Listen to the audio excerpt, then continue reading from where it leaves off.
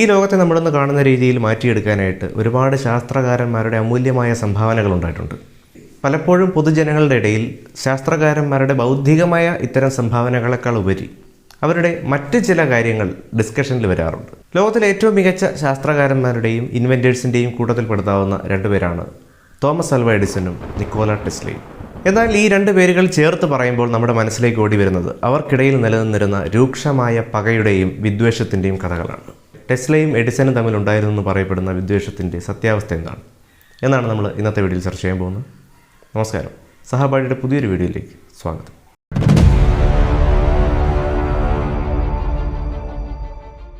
പരമാവധി നിഷ്പക്ഷമായി തന്നെ ഈ വിഷയത്തെ സമീപിക്കണം എന്നൊരു തോന്നൽ എനിക്കുണ്ടായിരുന്നു. അതുകൊണ്ട് തന്നെ ഈ വീഡിയോയിൽ പറഞ്ഞിരിക്കുന്ന പല കാര്യങ്ങളും നിഷ്പക്ഷമാണ് എന്ന് എനിക്ക് തോന്നിയ രണ്ട് പുസ്തകങ്ങളിൽ നിന്നാണ് എടുത്തിരിക്കുന്നത്. ഒന്നാമത്തത് ജിൽ ജോൺസിൻ്റെ എംപയേഴ്സ് ഓഫ് ലൈറ്റ് എന്ന പുസ്തകവും അതുപോലെ ബെർണാഡ് കാൾസൺ എന്ന ഹിസ്റ്റോറിയൻ്റെ Tesla inventor of new age എന്ന പുസ്തകത്തിൽ നിന്നാണ്. നിക്കോള ടെസ്ല ഒരിക്കൽ എഡിസനെക്കുറിച്ച് പറഞ്ഞിട്ടുള്ള ഇങ്ങനെയാണ്: ഞാൻ ഈ മനുഷ്യനെ ഓർത്ത് ആശ്ചര്യപ്പെടാറുണ്ട്. മതിയായ ശാസ്ത്ര പരിശീലനമോ മറ്റുള്ള സഹായങ്ങളോ ഇല്ലാതെ അദ്ദേഹം ഇത്രയെല്ലാം നേടിയെടുത്തിട്ടുണ്ട്. നിക്കോള ടെസ്ല ഇത്തരത്തിലൊരു പ്രസ്താവന തോമസ് എഡിസനെ കുറിച്ച് നടത്തണമെങ്കിൽ അവർക്കിടയിൽ വൈകാരികമായ ഒരു വിദ്വേഷം ഉണ്ടായിരുന്നില്ല എന്ന് വേണം കരുതാൻ. ഒരു ഉയർന്ന ജോലി അന്വേഷിച്ച് നടന്നിരുന്ന നിക്കോള ടെസ്ലയെ എഡിസൺ ഇലക്ട്രിക് കമ്പനിയുടെ ഫ്രാൻസിലെ ഹെഡായിട്ടുള്ള ചാൾസ് ബാച്ചിലർ എന്ന വ്യക്തി ന്യൂയോർക്കിലെ എഡിസൺ ഇലക്ട്രിക് കമ്പനിയിലേക്ക് വരാനായിട്ട് ക്ഷണിക്കുന്നു. വൈദ്യുത ബൾബിൻ്റെ കണ്ടുപിടുത്തത്തിന് ശേഷം അതിൻ്റെ വാണിജ്യ സാധ്യതകളെ പരമാവധി ഉപയോഗിച്ചുകൊണ്ട് അമേരിക്കയിലും യൂറോപ്പിൻ്റെ പല ഭാഗങ്ങളിലും വൈദ്യുത ശൃംഖലകൾ സൃഷ്ടിച്ചുകൊണ്ട് ഒരു കുത്തകയായി തന്നെ എഡിസണും അദ്ദേഹത്തിൻ്റെ കമ്പനി മാറിയിരിക്കുകയാണ്. ഇത്തരത്തിലൊരു ഹീറോ ഇമേജ് ഉണ്ടായതുകൊണ്ട് തന്നെ അന്നത്തെ മറ്റേതൊരു ഇൻവെൻറ്റേഴ്സിനെയും പോലെ തന്നെ നിക്കോള ടെസ്ലയ്ക്കും എഡിസനെ കാണാനും പരിചയപ്പെടാനും അദ്ദേഹത്തിൻ്റെ കമ്പനിയിൽ വർക്ക് ചെയ്യാനൊക്കെ ആവേശമായിരുന്നു. അങ്ങനെ അദ്ദേഹം പാരീസിൽ നിന്ന് ന്യൂയോർക്കിലേക്ക് എത്തുകയാണ്. ഒരു ഹംഗേറിയൻ ഇൻവെൻറ്ററായിട്ടുള്ള തിവാഡർ പുസ്കാസ് എന്ന വ്യക്തിയുടെ കത്തും നിക്കോള ടെസ്ലയുടെ കൈവശം ഉണ്ടായിരുന്നു. ആ കത്ത് എഡിസനുള്ളതാണ്. ആ കത്തിലെ ഒരു വാചകം ഇതാണ്: I know 2 great men, you are one of them, the other is this young man. വന്നിറങ്ങിയ ദിവസം തന്നെ ഏറ്റവും പ്രധാനപ്പെട്ട ഒരു ജോലിയാണ് അദ്ദേഹത്തിന് കിട്ടിയത്. പുറപ്പെടാൻ തയ്യാറായി നിൽക്കുന്ന SS ഓറിഗോൺ എന്ന കപ്പലിൻ്റെ 2 ഡൈനാമോകൾ തകരാറിലായിരിക്കുന്നു. അത് ശരിയാക്കണം. എഡിസൺ കമ്പനിയുടെ 2 ഡൈനാമോസാണ്. ഒരൊറ്റ രാത്രി കൊണ്ട് തന്നെ ടെസ്ല 2 ഡൈനാമോകളും ശരിയാക്കുന്നു. ഇത് കഴിഞ്ഞ് പുലർച്ചെ 5 മണിക്ക് നിക്കോള ടെസ്ല മൻഹാറ്റനിലെ എഡിസൺ കമ്പനിക്കുള്ളിലേക്ക് കയറി ചെല്ലുകയാണ്. എഡിസൺ തൻ്റെ വർക്കേഴ്സുമായിട്ട് എന്തൊക്കെ സംസാരിച്ചുകൊണ്ട് നടന്നു വരികയാണ്. ടെസ്ലയെ കണ്ടപ്പോൾ എഡിസന് മനസ്സിലായി, പാരീസുകാരനായ എഞ്ചിനീയർ. എന്താ ഈ സമയത്ത് ഇവിടെ?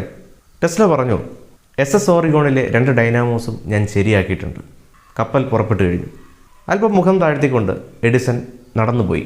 ഒരല്പം അകലെ എത്തിയ ശേഷം ചാൾസ് ബാച്ചിലർ എന്ന തൻ്റെ അസിസ്റ്റൻറ്റിനോട് എഡിസൺ പതിയെ പറഞ്ഞു, bachelor, this is A good man. അങ്ങനെ നിക്കോള ടെസ്ല എഡിസൺ ഇലക്ട്രിക് വർക്ക്സിൻ്റെ മൻഹാറ്റനിലെ ഓഫീസിൽ ജോലി തുടങ്ങി. കിട്ടുന്ന എല്ലാ വർക്കുകളും അദ്ദേഹം വളരെ കൃത്യതയോടുകൂടി തന്നെ ചെയ്തു തീർത്തുകൊണ്ടിരുന്നു. ആവശ്യത്തിൽ കൂടുതൽ സമയം ജോലിയിൽ കൊടുത്തുകൊണ്ട് ജീവിക്കുന്ന ഒരാളാണ് നിക്കോള ടെസ്ല. അങ്ങനെ കുറേ കാലം കഴിഞ്ഞപ്പോൾ താൻ ജോലി ചെയ്യുന്നതിനനുസരിച്ചുള്ള ഒരു പ്രതിഫലം എഡിസൺ കമ്പനി തരുന്നില്ല എന്നുള്ളൊരു തോന്നൽ ടെസ്ലയ്ക്ക് ഉണ്ടാവുകയും അങ്ങനെ 6 മാസത്തിന് ശേഷം എഡിസൺ കമ്പനിയിൽ നിന്ന് അദ്ദേഹം റിസൈൻ ചെയ്യുകയും ചെയ്തു. എഡിസൺ പൂർണ്ണമായും ഡയറക്റ്റ് കറണ്ട് അഥവാ DC-യുടെ ഒരു അംബാസഡറായിരുന്നു. അതായത് അദ്ദേഹം നിർമ്മിക്കുന്ന എല്ലാ ഉപകരണങ്ങളും DC എന്ന കറണ്ട് ഉപയോഗിച്ച് വർക്ക് ചെയ്യുന്ന ഉപകരണങ്ങളാണ്. ഡയറക്റ്റ് കറണ്ട് എന്നാൽ ഒരേ ദിശയിൽ മാത്രം ഒഴുകിക്കൊണ്ടിരിക്കുന്ന വൈദ്യുതിയാണ്. അതുപോലെ മറ്റൊരു തരം കറണ്ടാണ് ആൾട്ടർനേറ്റിംഗ് കറണ്ട്. ഇത് സദാസമയം ദിശ മാറിക്കൊണ്ടിരിക്കുന്ന ഒരു കറണ്ടാണ്. എഡിസന്റെ അഭിപ്രായത്തിൽ ഏറ്റവും സേഫായിട്ടുള്ള വൈദ്യുത വിതരണ രീതിയാണ് DC എന്ന് പറയുന്നത്. എന്നാൽ നിക്കോള ടെസ്ല എപ്പോഴും AC-യെയാണ് സപ്പോർട്ട് ചെയ്തിരുന്നത്. കാരണം ടെസ്ലയുടെ അഭിപ്രായത്തിൽ ഏറ്റവും ചുരുങ്ങിയ ചെലവിൽ ഉണ്ടാക്കിയെടുക്കാൻ കഴിയുന്നത് AC ആണ് എന്നാണ് അദ്ദേഹം പറയുന്നത്. എഡിസൺ പല വൈകുന്നേരങ്ങളിലും തൻ്റെ എഞ്ചിനീയർമാരുമായി ഡിസ്കഷനിൽ ഏർപ്പെടാറുണ്ട്. അങ്ങനെ നിക്കോള ടെസ്ല ഒരു ദിവസം ആൾട്ടർനേറ്റിംഗ് കറണ്ടിലുള്ള തൻ്റെ പ്രധാനപ്പെട്ട ചില ഐഡിയാസ് എഡിസണുമായിട്ട് പങ്കുവച്ചു. എഡിസൺ കമ്പനി ഇത്തരത്തിൽ AC-യെ കുറച്ചുകൂടി സപ്പോർട്ട് ചെയ്ത് കഴിഞ്ഞാൽ വാണിജ്യപരമായിട്ട് കുറച്ചുകൂടി ബെനിഫിറ്റ് ഉണ്ടാകും എന്ന് ടെസ്ല എഡിസണോട് പറയുകയാണ്. ഇത് കേട്ട ഉടനെ എഡിസൺ ഈ ഒരു ആശയത്തെ പൂർണ്ണമായും തള്ളിക്കളയുകയാണ്. ഒട്ടും തന്നെ സേഫ് അല്ലാത്ത ഒരു വൈദ്യുത വിതരണ രീതിയാണ് AC. ഉയർന്ന വോൾട്ടേജിലുള്ള AC പവർ ലൈനുകൾ പൊതുജനങ്ങൾ താമസിക്കുന്ന സ്ഥലത്തുകൂടി വലിച്ചു കഴിഞ്ഞാൽ സാധാരണക്കാർ മരിച്ചു വീഴും എന്നൊക്കെയുള്ള ആശങ്കകളാണ് തോമസ് ആൽവ എഡിസന്റെ മനസ്സിലുള്ളത്. മാത്രമല്ല, താൻ നിർമ്മിച്ചുകൊണ്ടിരിക്കുന്ന എല്ലാ ഉപകരണങ്ങളും DC എന്ന പവറിൽ അടിസ്ഥാനമാക്കിയിട്ടുള്ളതാണ്. കുറഞ്ഞ വോൾട്ടേജിൽ പ്രവർത്തിക്കുന്നതുകൊണ്ട് തന്നെ ഒരാൾക്ക് ഷോക്കടിച്ച് മരിക്കാൻ തക്കതായിട്ടുള്ള അപകടമൊന്നും DC നൽകുന്നില്ല. എല്ലാ കാലത്തും ആൾട്ടർനേറ്റിംഗ് കറണ്ടിനോട് എഡിസൺ ഒരു നിഷേധാത്മക സ്വഭാവമായിരുന്നു. എഡിസൺ കമ്പനിയിൽ നിന്ന് ഇറങ്ങിയതോടുകൂടി എഡിസണുമായിട്ടുള്ള ഡയറക്റ്റ് ആയിട്ടുള്ള ബന്ധങ്ങളൊന്നും ടെസ്ലയ്ക്ക് ഇല്ലാതെയാകുന്നു. അങ്ങനെ ഇരിക്കുന്ന 1884 ജോർജ് വെസ്റ്റിംഗ് ഹൗസ് എന്ന ബിസിനസ്മാൻ, അദ്ദേഹം ഒരു ഇൻവെൻറ്റർ കൂടിയാണ്. അദ്ദേഹം വൈദ്യുതി മേഖലയിലേക്ക് കാലെടുത്ത് വയ്ക്കുന്നു. ഓൾറെഡി DC എന്ന് പറയുന്ന മേഖല എഡിസൺ കൈയടക്കി വച്ചിരിക്കുന്നതുകൊണ്ടും ഇപ്പുറത്ത് AC-യുടെ പല വാണിജ്യ സാധ്യതകളും മുന്നിൽ കണ്ടുകൊണ്ട് ജോർജ് വെസ്റ്റിംഗ്ഹൗസ് തിരഞ്ഞെടുത്തത് AC-യുടെ പാതയാണ്. അക്കാലത്ത് തന്നെയാണ് ട്രാൻസ്ഫോമറുകൾ കണ്ടുപിടിക്കുന്നത്. AC വോൾട്ടേജിനെ പല മടങ്ങ് വർദ്ധിപ്പിക്കാനായിട്ട് ട്രാൻസ്ഫോമറുകൾ സഹായിക്കും. ട്രാൻസ്ഫോമറുകൾ ഉപയോഗിച്ച് ഉയർന്ന വോൾട്ടേജിലേക്ക് മാറ്റിയ വൈദ്യുതിയെ കിലോമീറ്ററുകളോളം ദൂരത്തേക്ക് നമുക്ക് നഷ്ടമില്ലാതെ, ഊർജ്ജ നഷ്ടമില്ലാതെ അയക്കാൻ സാധിക്കും എന്നുള്ളതാണ് AC-യുടെ ഏറ്റവും വലിയൊരു പ്രത്യേകതയായിട്ട് വെസ്റ്റിംഗ്ഹൗസ് കണ്ടത്. ഈ ഒരു സാധ്യതയെ പരസ്യപ്പെടുത്തിക്കൊണ്ട് അദ്ദേഹം തൻ്റെ AC നെറ്റ്വർക്കിനെ കൂടുതൽ സ്ഥലങ്ങളിലേക്ക് വ്യാപിപ്പിക്കുകയാണ് ചെയ്തത്.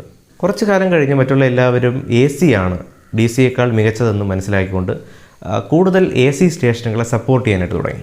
അങ്ങനെ DC-യുടെ പ്രാധാന്യം കുറഞ്ഞു വരികയാണ് എന്ന് എഡിസന് തോന്നുകയും ചെയ്തപ്പോഴാണ് ഇതിനെതിരെ എന്തെങ്കിലും ചെയ്യണമെന്ന് എഡിസന് തോന്നുന്നത്.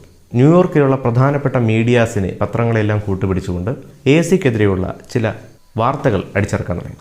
AC പവർ ലൈനിൽ നിന്ന് ഷോക്കടിച്ച് മരിക്കുന്നവരുടെ വാർത്തകൾ AC-ക്ക് ഒരു ഭീകരമായിട്ടുള്ള, ഡേഞ്ചറസ് ആയിട്ടുള്ള ഒരു ഇമേജ് പൊതുജനങ്ങൾക്കിടയിൽ ഉണ്ടാക്കിയെടുക്കാനായിട്ട് എഡിസന് കഴിഞ്ഞു.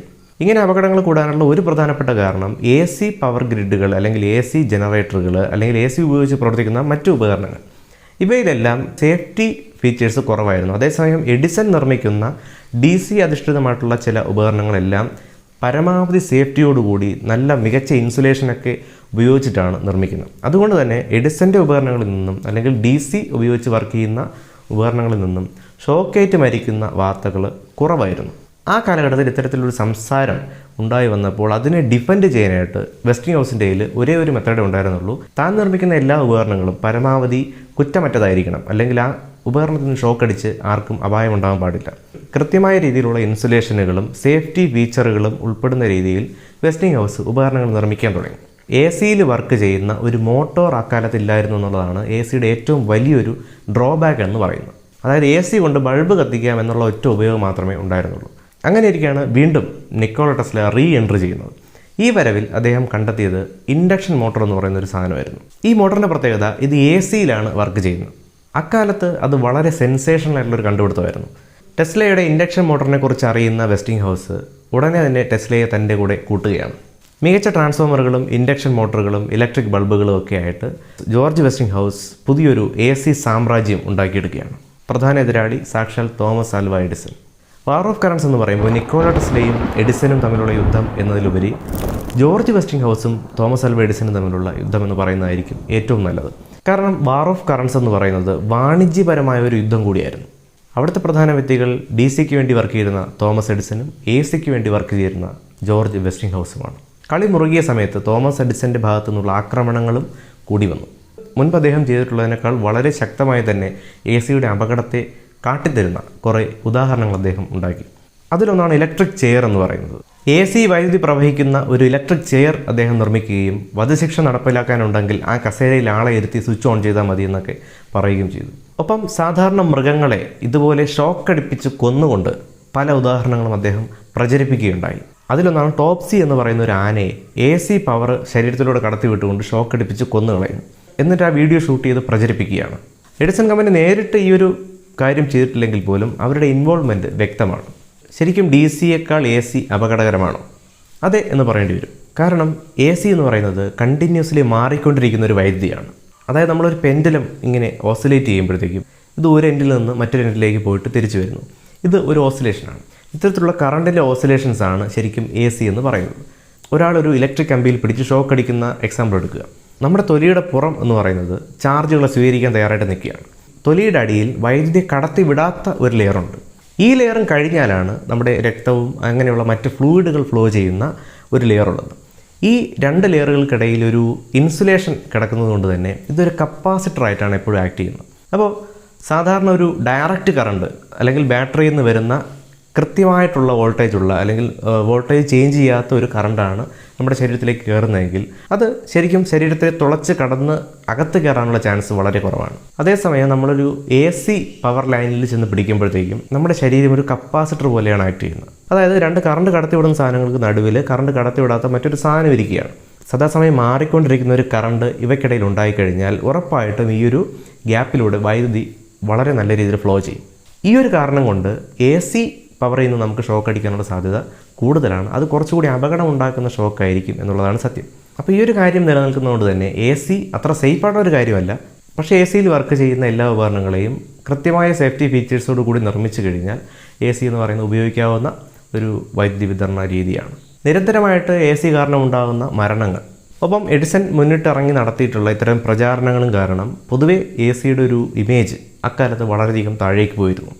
എന്നാൽ ഇതിനെല്ലാം വെസ്റ്റിംഗ്ഹൗസ് മറികടന്നത് കൃത്യമായ പ്ലാനിങ്ങോട് കൂടിയിട്ടുള്ള പ്രവർത്തനങ്ങളിലൂടെയാണ്. കൃത്യമായ സേഫ്റ്റി ഫീച്ചേഴ്സോടുകൂടി പരമാവധി അപകടങ്ങളെ ഒഴിവാക്കുന്ന രീതിയിൽ ഉപകരണങ്ങൾ നിർമ്മിച്ചുകൊണ്ട് വെസ്റ്റിംഗ്ഹൗസ് വീണ്ടും തൻ്റെ ബിസിനസ് ഉയർത്തിക്കൊണ്ടുവരികയാണ്. പതിയെ ആളുകളുടെ മനസ്സിൽ നിന്നും എ സി എന്ന് പറയുന്ന വൈദ്യുതിയുടെ അപകടങ്ങളെ പറ്റിയുള്ള ചിന്തകൾ ഒഴിവാകുകയും അതിൻ്റെ ഉപയോഗങ്ങളെ കൂടുതൽ അവർ സ്വീകരിക്കുകയും ചെയ്തു. 1893 ചിക്കാഗോ വേൾഡ്സ് ഫെയറിൽ നിക്കോള ടെസ്ലയോടൊപ്പം ചേർന്ന് താൻ നിർമ്മിച്ചിട്ടുള്ള എ സിയുടെ സകല സാധ്യതകളെയും അദ്ദേഹം പ്രദർശിപ്പിക്കുകയുണ്ടായി.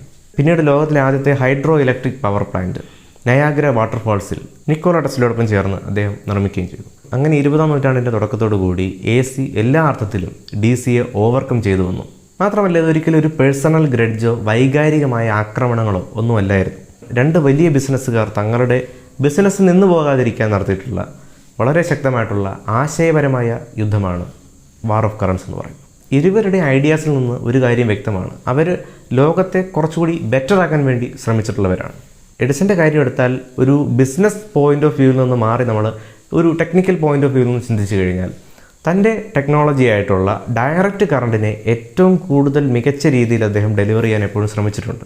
എ സി ഡേഞ്ചറസ് ആണ് എന്ന് കൂടുതൽ പറഞ്ഞുകൊണ്ടിരുന്നത് തൻ്റെ വാണിജ്യ വിജയത്തിന് വേണ്ടി മാത്രമായിരുന്നില്ല. അവസാനം വരെയും അദ്ദേഹത്തിൻ്റെ മനസ്സിൽ ആൾട്ടർനേറ്റിംഗ് കറണ്ടിലുള്ള സേഫ്റ്റി കൺസേൺസ് ഉണ്ടായിരുന്നു. ബിസിനസ് പരമായിട്ടുള്ള യുദ്ധം ഉണ്ടായിരുന്നത് ജോർജ് വെസ്റ്റിംഗ്ഹൗസും എഡിസണും തമ്മിലാണെങ്കിൽ, ആശയപരമായ യുദ്ധം അല്ലെങ്കിൽ സാങ്കേതികപരമായ യുദ്ധം ഉണ്ടായിരുന്നത് നിക്കോള ടെസ്ലയും എഡിസണും തമ്മിലാണ്. തോമസ് എഡിസൺ എപ്പോഴും ഒരു ട്രയൽ ആൻഡ് എറർ മെത്തേഡിലാണ് തൻ്റെ കണ്ടുപിടുത്തങ്ങൾ നടത്തിയിരുന്നത്. നിരവധി മോഡലുകൾ ഉണ്ടാക്കി അദ്ദേഹം ശരിയായ ഒരു മോഡലിലേക്ക് എത്തിച്ചേരുന്നു. ശരിയായ ഒരു ബൾബ് കണ്ടെത്താനായിട്ട് അദ്ദേഹം 10,000-ഓളം ബൾബുകൾ ഉണ്ടാക്കിയിട്ടുണ്ട്. അതേസമയം ടെസ്ലയിലേക്ക് വരുമ്പോൾ ടെസ്ല എപ്പോഴും ഒരു തിയറട്ടിക്കൽ വർക്കിന് ശേഷം മാത്രം യഥാർത്ഥ പരീക്ഷണത്തിലേക്ക് കടക്കുന്ന ഒരു വ്യക്തിയായിരുന്നു. അതുകൊണ്ട് തന്നെ അദ്ദേഹത്തിന് മിക്ക വർക്കുകളിലും എററുകൾ കുറവായിരുന്നു. നിക്കോള ടെസ്ല തന്നെ ഒരിക്കൽ എഡിസനെ പറ്റി ഇങ്ങനെ ഒരു പ്രസ്താവന നടത്തിയിട്ടുണ്ട്: ഒരു വൈക്കോൽ കൂനയ്ക്കകത്തേക്ക് ഒരു ആണി വീഴുന്നു. എഡിസനാണ് അതെടുക്കാൻ പോകുന്നതെങ്കിൽ വൈക്കോലിൻ്റെ ഓരോ നാരും എടുത്ത് നോക്കി ആണിയെ കണ്ടുപിടിക്കുന്ന ഒരു സ്വഭാവമാണ് അദ്ദേഹത്തിനുള്ളത്. ഇത് രണ്ട് രീതിയിൽ കാണാം. ഒന്ന്, എഡിസൺ എന്ന് പറയുന്ന ഒരു ഇൻവെൻറ്ററിൻ്റെ കൃത്യമായ ഡിറ്റർമിനേഷൻ.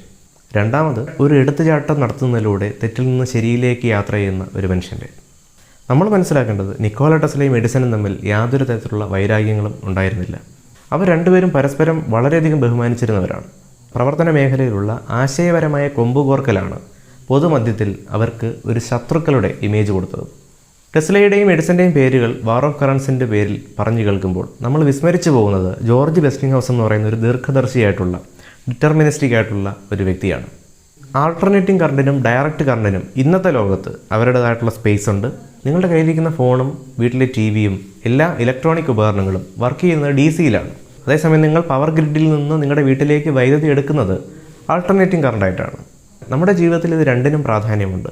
ചരിത്രത്തിൻ്റെ ഏതോ ഒരു ഏടിലെ രസകരമായ ഒരു അധ്യായമായിട്ട് എ സിയും ഡി സിയും തമ്മിലുള്ള കൊമ്പുകോർക്കലിൻ്റെ അവശേഷിപ്പുകൾ നിലനിൽക്കട്ടെ.